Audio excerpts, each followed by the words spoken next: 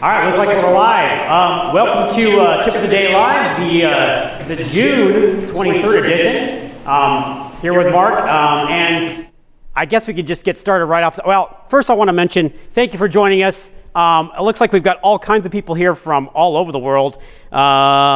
Sweden, Singapore, India, Greece, Spain, Saudi Arabia, Mexico, and of course, one guy from South Carolina who I think is running an ST30 and a tool room mill. So thank you so much for joining us. Brian, we've got a couple guys here. We've got Frank and Brian down the cameras. And we were laughing before we just went live because Brian's mic pack is switched off. That's a good time to check my mic. There you go. Thank you. So I'm going to turn your mic pack on. It should be good now.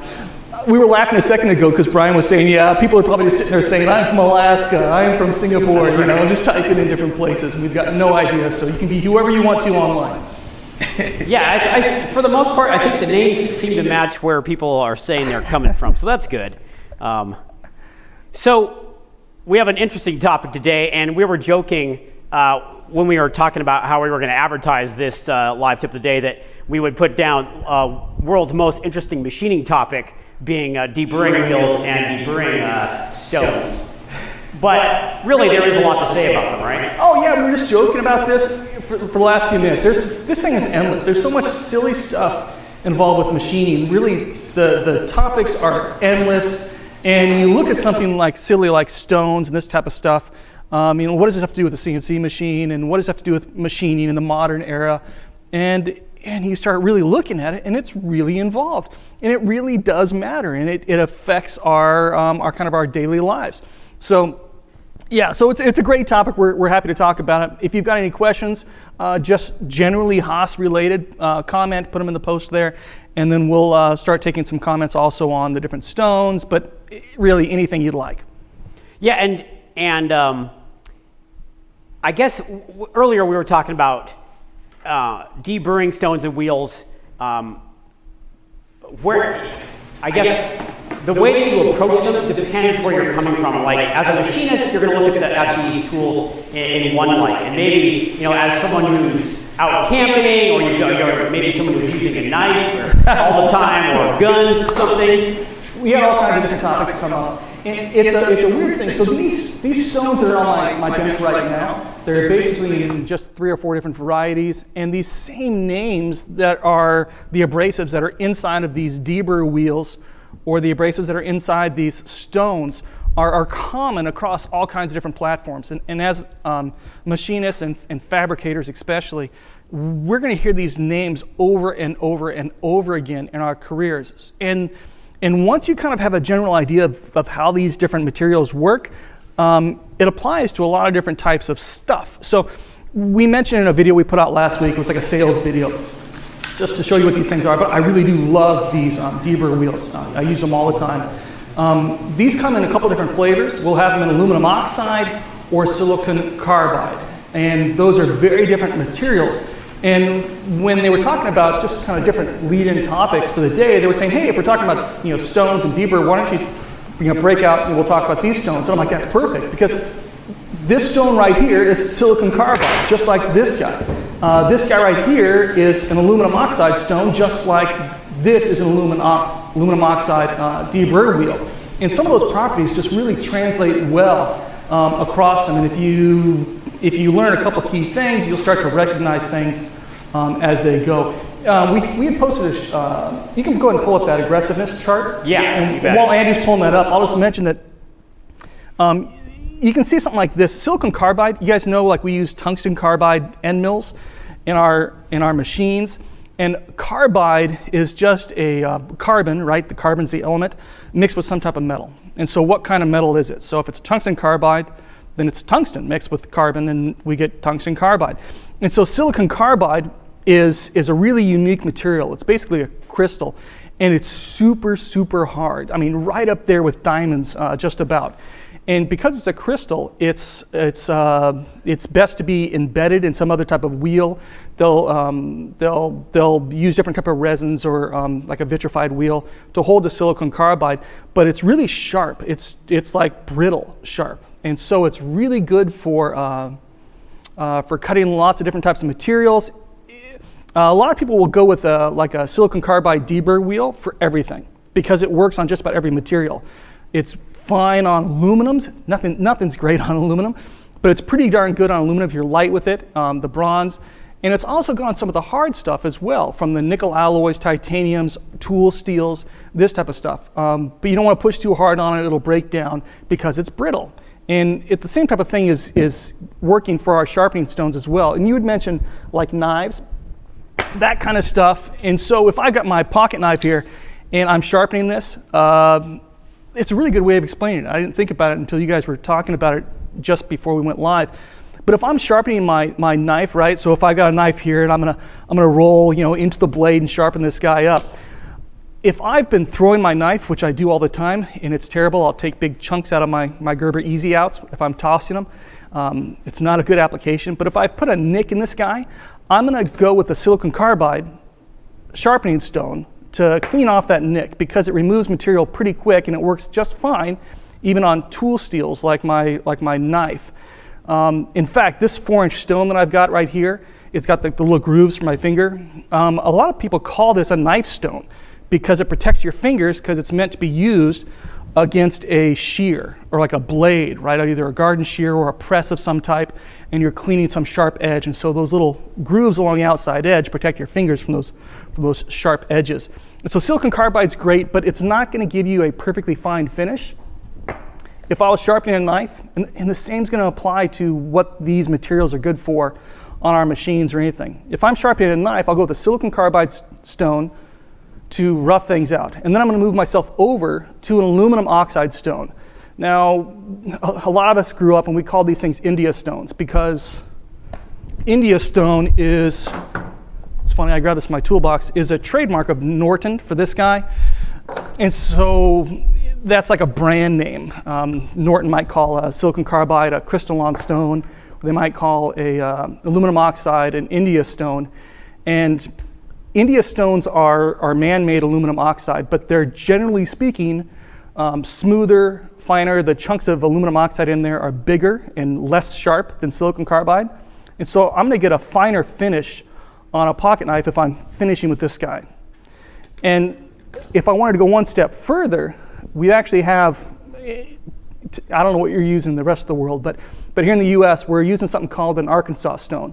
And Arkansas stones are different. They're super, super, super duper fine, and they're almost polishing. And so they're some of the best stones in the world. And this is not, it's not man-made. They cut these things out of the ground, they polish them, and then they send them out. So this looks a bit like marble. So if I was polishing my knife right now, I would go from silicon carbide if it had a nick. Otherwise, I'd go right with an aluminum oxide stone. They've got a medium and a fine finish on this guy. And then I would move over to an Arkansas stone for that final scalpel finish on it. And so for the machine, when you're doing your machine table, for example, yeah. And you did a whole video about this quite a while ago. Yeah. I think it's part of the vice mounting video. But you're gonna, first of all, you're kind of going over the table to figure out if you have any high spots, and then you're gonna worry about how you're gonna knock those down. You were saying that's usually a two-step approach. So like this is a 433. This is a aluminum oxide stone. It's what we carry in the shop at the Haas factory. And if somebody needs a bench stone, and again, I'm a machinist, so I would call this a bench stone. If I was a woodsman and I was sharpening my axe, I might call it a whetstone. And so I would take this stone and I'm going to run it across the table. Normally not in the same pattern every time, get some different motion going. And I'm gonna just use this as an inspection tool to check and see if there's any high spots in my table or my fixture, my tooling. And again, this is an aluminum oxide stone. It's got that nice kind of rust red color to it. And then I used to use, this one's terrible. It's just an awful looking stone. It's got a lot of years on it. And if I look through the black gunk on this guy, I can actually see some of the red sticking through. So for years I used an aluminum oxide stone. It was great, and I used it to check for high spots. Now if I did have a high spot on my cast iron table, and I tried to use my aluminum oxide stone to take that off, if somebody dropped a vise on it and it left a high spot, if you use an aluminum oxide stone, it's going to take the high spot off, but you're going to trash your stone. It's going to put some gouges in it. It's going to take some time.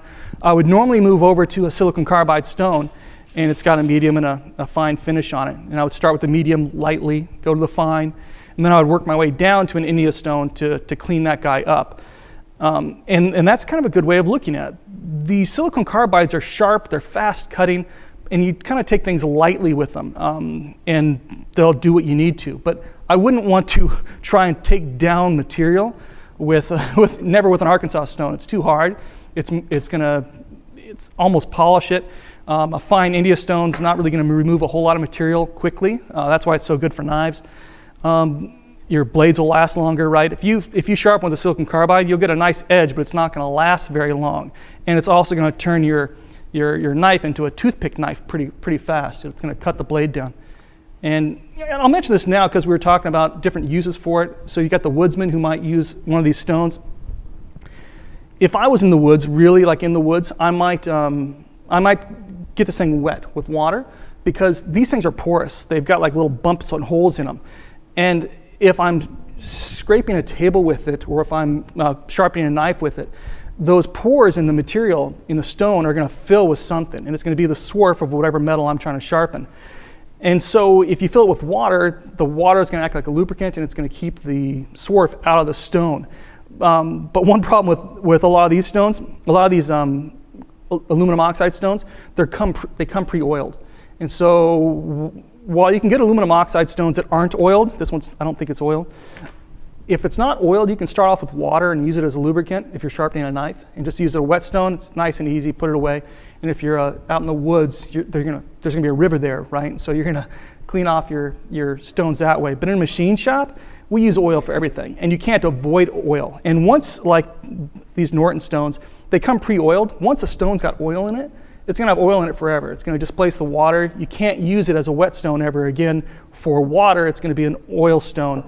And so there's some differences there, but this whole I have to admit that, like in my case, Yeah. not being a machinist all the time and kind of doing a lot of different stuff, but having to use stones for different different surfacing stuff. Usually, it was whatever was closest at hand. If it was a bottle of oil, if it was WD-40, it was whatever I could use. Because you are trying to wet it to keep it from loading up. And some things work better than others. Yeah, and the oil in the coolant is already kind of oil. We'll have an emulsion, which is basically oil in our coolant. And so if you're using it to clean your table, it's an oil stone, right? So you're going to use it with oil 100% of the time. And these other wheels that we're using for the deburr, they're similar but different. Even the grinding wheel on like a bench grinder, it's going to be the same thing. It's going to be either aluminum oxide or silicon carbide. For the most part. I mean, there's some other stuff out there, zirconium, alumina, that kind of stuff. There's some ceramic wheels. If I'm grinding a carbide tool by hand, again, so this stuff's so stinking hard, the silicon carbide, it'll grind glass. It'll grind right through carbide, if you need it to. So the green wheels on the bench grinders at the shop, you don't want to use those for steel. So generally speaking, right, for normal, regular, mild steels, you don't want to use silicon carbide. They're fine. They're fine. These deburr wheels are fine on steels, but like the bench grinders, my aluminum oxide is kind of my first choice for regular ferrous materials. But like the green wheel, the green silicon carbide wheels at the shop, you're going to get yelled at if you try to sharpen some high-speed steel tool on there, because the silicon carbide's hard, but it's also brittle, and you're going to start deforming that wheel. You're going to put lines in it. You're going to ruin the wheel awfully fast, and it's not going to be good for grinding carbide anymore. And if you're actually grinding like end mills for like real, not just putting a flat on them, you'll end up moving over to a diamond wheel, which is even harder.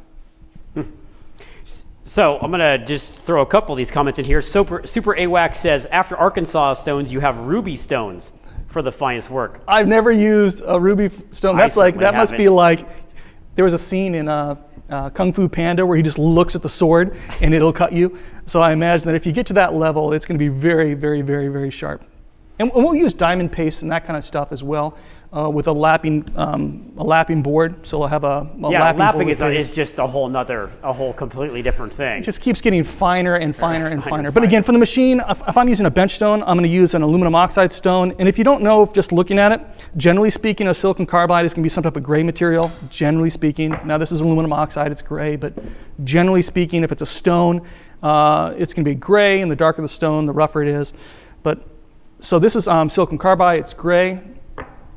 And I wonder why, so like my mom is an artist, Doreen Terryberry, you can go Doreen Terryberry online and look for her oil paintings, but she would always do her base paintings, the outline of stuff on her paintings in an Indian red.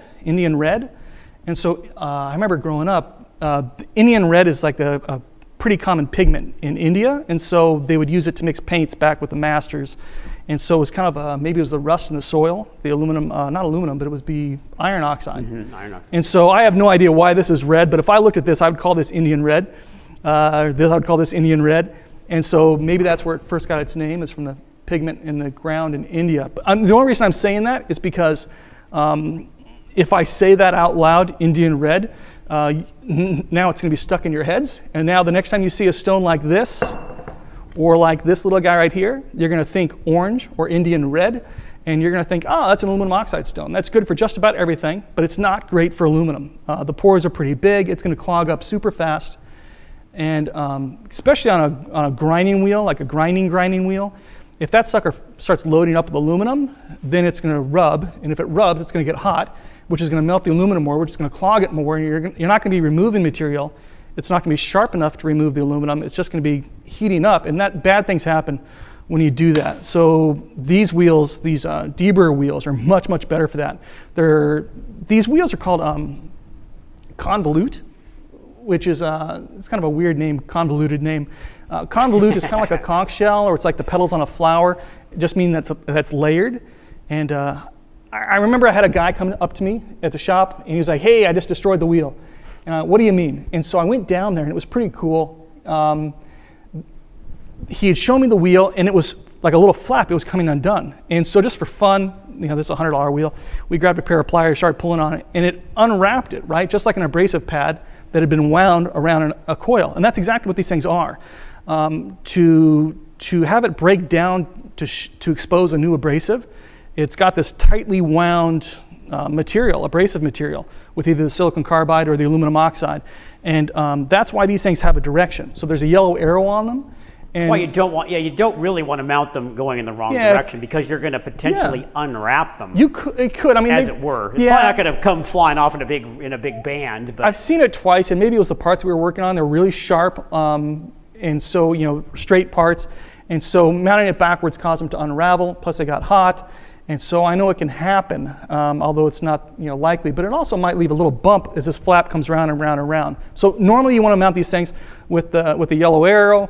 Going in the same direction as the wheel, so it wears evenly, just like it's supposed to. And so that's kind of a cool little thing about these things, but it's good to know that these wheels, these convolute deburring wheels, have a direction. So the flap gets pushed, and the grinders always have an arrow on them, and normally they're always spinning towards you, right? So you're walking into them, they're always pushing the part down. No grinder is going to run backwards where it's going to throw the part up into your face. It's going to push it down towards the ground. So you'll want these, the arrow facing, over the top, facing down all the time. And normally the bench grinders have a left and a right hand thread, so they're kind of self-tightening. So you don't have to tighten them too much because they hold themselves on. So we have a question here, which I think there's a short answer for it, but then that leads us onto another interesting question that was on your deburr video. Rahul Kavyapati asked, do you guys sell any wheels for die grinders or Dremel tools? And at this point, the answer is no. And I don't know that we would, who knows? We're always adding stuff, yes, but HaasTooling.com is adding stuff. So we're adding the stuff that a machinist would use kind of first. And I'm really happy with these wheels. And so if anyone that's been in a job shop has used these wheels like them. And so that's why we started out with these. And the grades that we chose for these are just the most common grades. So for a general wheel that'll cut anything, you got the silicon carbide in like an 8S or type. It's how tight they wind these things, and so that's going to kind of tell you what the life is and how hard you need to push. And so we're starting off with these because they're common and kind of used more in a CNC shop. I imagine that someday we might expand to other stones as well. But again, you see the same type of thing, silicon carbide and aluminum oxide in all kinds of different wheels. And generally speaking, the aluminum oxide, not great for grinding on aluminum, although nothing's great on aluminum. And the silicon carbide, though it's so sharp, if you take it light, it's going to take nice small bites out of the aluminum, and it's going to come right off. But the silicon carbide's also really, really good for hard stuff, it makes it hard to explain because the aluminum oxide wheel is great, general purpose. You can push on them hard, they're going to last a long time. As we were saying, like this usage chart here, it's a little bit like inserts. There's a lot of things can be useful in different in similar applications. But there are a few places where you really don't want to use certain things on certain materials, and there's always an exception to the rules. It's so hard to talk about this stuff. So the chart that they put together I thought was fantastic, and it's absolutely wrong, because there's no way to answer this question in a total blanket statement that's going to work for everything. But I like the way the chart was made, less aggressive, more aggressive, and there's some interpretation that needs to be made. But generally speaking, you use this one for non-ferrous materials. These things will cut glass. They're so sharp. as well. And plastics, wood, whatever. And so they're worth checking out. Also, if I'm trying to go for like a nice fine finish, like on a golf putter or some type of little widget part that I use, sometimes a nice silicon carbide wheel will leave a finer kind of line grain finish. In fact, we'll take chunks of aluminum and we'll put a pocket into them, and we'll mill a pocket into that from the shape of my part, especially if it's a flat part. And then I'll drop that into the pocket, into the block of aluminum that I've got, and you'll roll it against the wheel, and you'll end up with this beautiful line grain finish on your parts, which is kind of cool, and it's super fast, doesn't take any effort at all, and you can try these different wheels to get just the kind of finish that you want. It's kind of like one of those big time saver machines. I don't know if you've had them before or seen them. They've got abrasive wheels in there, and you'll adjust it up and down, usually for sheet metal parts, and it'll line grain materials. And so you can line grain your own little parts just by creating a little block of aluminum with a pocket, drop your part in, and you can line grain it with these guys because they're so easy to control with how hard you're pushing or not pushing. So we had a question, this is on the Deeper Wheels video. Flat Surfaces Guy asks, we have a live tooled ST35 with live tooling. Can we use this on a lathe, being the wheel